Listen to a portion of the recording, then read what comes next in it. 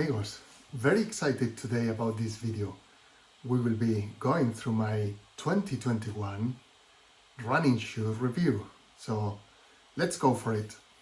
First of all, just a bit of background. So I ran in 2013 the Rock and Roll Madrid Marathon. That was my first experience with running, really, on a serious basis. I've been active person all my youth, playing different sports, mainly football. I played some other team sports, but never really did running. First time was when I prepared to run Madrid Marathon. And that was a goal I had always in mind. Oh, someday I'll run a marathon. And somehow I thought, why not challenge myself and try to do one before I turn 30? Which is what I did. 29 years old, Madrid Marathon finisher, 4 hours, 14 minutes.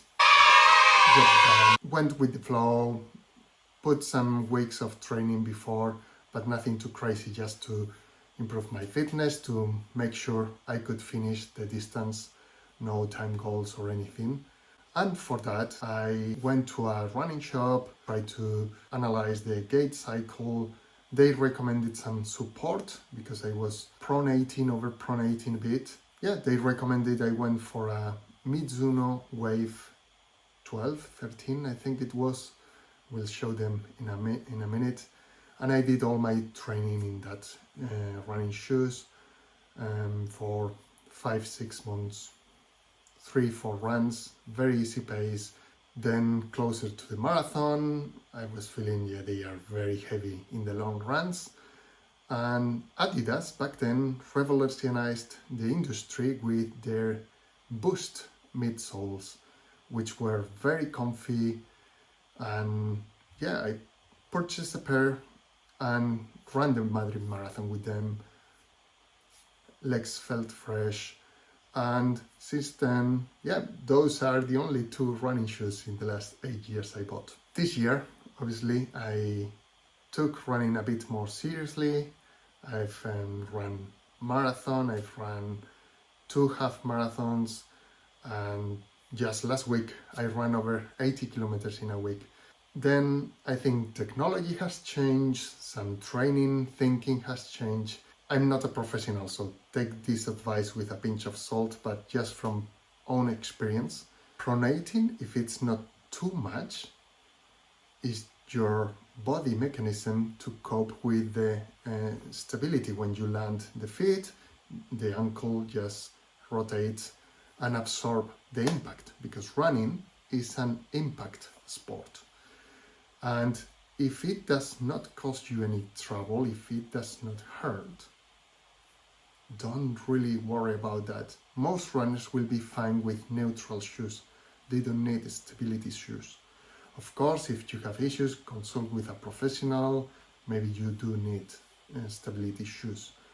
But in my experience, go with something that you feel comfortable in, and neutral for 90% of the people will be fine. Neutral running shoes. So let's have a look. So this was my training shoe for Madrid Marathon.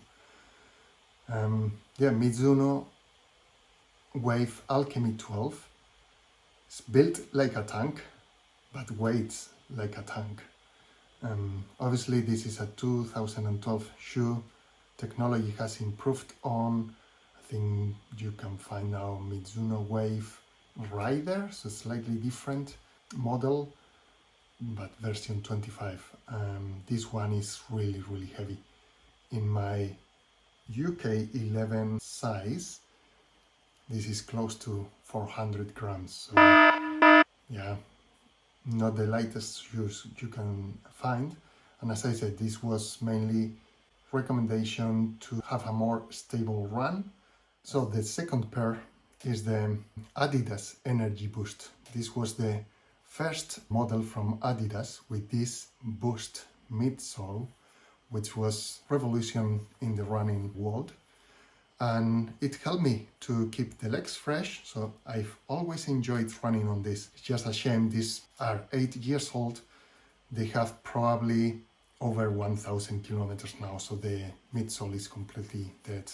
I would not run more than 3, 4, 5 kilometers tops on them. So this is when I grab a pair of the Adidas Terrex Ultra Parley. It's based on the same Boost midsole, doesn't have the same feeling. Your legs can feel a bit tired after over 50 minutes, 1 hour, and you don't get the same bouncy feel as I did have in my 8 years old Adidas Energy Boost.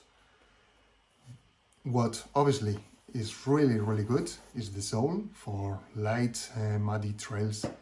Is based on a continental rubber outsole, and I think this can last for thousands of kilometers. But the midsole, I'm not so convinced, is also not as light as the Energy Boost. Of course, this is a kind of trail shoe, not a road shoe, but feels a lot heavier. What is good is the way the collar wraps around your ankle. Has some stretchy material, which means it's like a sock you put on, just slip your feet and prevents any dirt, any dust, any small pebbles to get inside. It's got a lot of room in the toe box. However, this is one recommendation, one learning from me this year. Please order them half a size or one size bigger than you used to. These ones have cost me my 2 toenails. Blue, black toenails, they were fine until the 1 hour mark. Once you start running over, and I think the hard part of this toe box makes your toes hit against that, and especially if you go maybe downhill after an hour running where your feet are a bit swollen. Toenails were gone, now growing black, blue, not the prettiest sight, to be honest. So for me, my first shoe of the 2021, it's a no for me. I will not buy another pair of this. I'll probably try another brand. Didn't really work for me, but 547 kilometers on them, still build quality is good, no tears, outsole is good. It's just the midsole doesn't really provide you the energy return I was expecting. It's not as light as I was expecting, and definitely not comfortable. So for me, it doesn't work. The next pair is one of the longest traditional daily trainers out there. You can find the Pegasus line from Nike. This is the version 37. Overall, relatively light. So for example, it's lighter than the Adidas trail shoes I've just shown.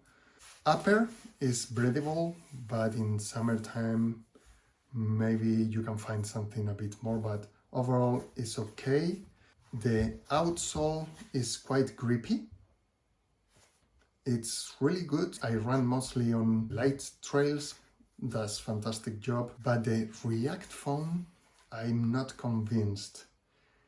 It's not bad, it's a good midsole, but it's not providing that much energy return. It's a bit rigid for me, not as good as some of the other midsoles I've tried later, and it's squeezy but not really comfortable for the long run. So I've been using this a lot. So this shoe has over 700 kilometers. One thing I cannot deny, build quality. Nike, my hats off. is probably like the first day I took them out of the box. No tears, no really nothing. It's pretty much brand new. It's just the midsole is now feeling a bit dead. So I would now use this just for recovery runs, or maybe when I go for a jog with my children. Yeah, apart from that, good value for money. As a daily trainer, you want something that does it all. It's a good option. It's just meh for me. And now to the interesting part. My top 3 2021 running shoe. So, which one will be my top one, my top pick? Well, let's start with my number 3. Initially, I thought this was going to be my top pick because after running in the Adidas and the Nike, I bought this Saucony Endorphin Speed 2. This is on another level. So this is an amazing shoe. When I first bought it and first tested, I thought this was the best shoe I've ever owned. And to that date, it was. It's just, I probably have now other 2 shoes I like more. This, probably you've seen this week, I've used them in my Tuesday interval session. So first of all, how do I use this shoe? I use it mainly for speed sessions. Sometimes I've used them for long runs, and that's probably one of my negatives, but we'll get to that in a moment. Overall, very lightweight shoe. I think this is UK 10.5, but I found it a bit roomier than the Nikes, for example, and very, very lightweight. It has a nylon plate all the way through the midsole. The midsole is an amazing midsole from Saucony, PWR run, superb, lots of energy return. It's not as rigid as a carbon plate, and performance-wise, when I first started to use this, compared with the Nikes or the Adidas Trail, I was averaging 5-10 seconds lower per kilometer at the same effort. So this really makes you run faster. That's another thing to consider. I don't know you guys, and please let me know in the comments below. Can you run in a easy pace, recovery pace? These things makes you really want to run faster. I think the way and the structure in the shoe really makes you want to toe off really quick and just pick up the pace. So it's fantastic for speed days. The only downside I found with this, and this is why it's not top 1 or top 2 and for me, is after 1 hour 15 my toes start to get a bit beaten. I think the lower stack in the toe area makes you obviously toe off quickly, but doesn't really protect you. There's not that much cushion in the toe area, and for that reason I've now just left this for shorter tempo workouts or interval sessions, and I'm no longer taking them in my long runs. But overall, I've run 272 kilometers so far, and I think build quality is there. I have no issues with this, and I will take them further over the 400 kilometers mark for sure. The other negative I found is when the trails are really muddy, and maybe check my video on the Elm half marathon cross trail. The outsole is not as grippy as other shoes I have. So when it's raining, when I plan to run on really muddy trails, yeah, not the shoe to go for. So asphalt, no problem, it's grippy enough, but muddy trails, it's a no for me. And for those two reasons, it's my top 3 running shoe of this year, which is not bad. So now let's see what comes on number 2 of my 2021 running shoe review. And it's going to be no other than the Nike Alphafly. And this is really technology at its best. Probably similar negatives as the Saucony Endorphin Speed 2 in terms of the outsole is not really built for muddy trails. It's grip enough for asphalt and light trails. Fantastic job there.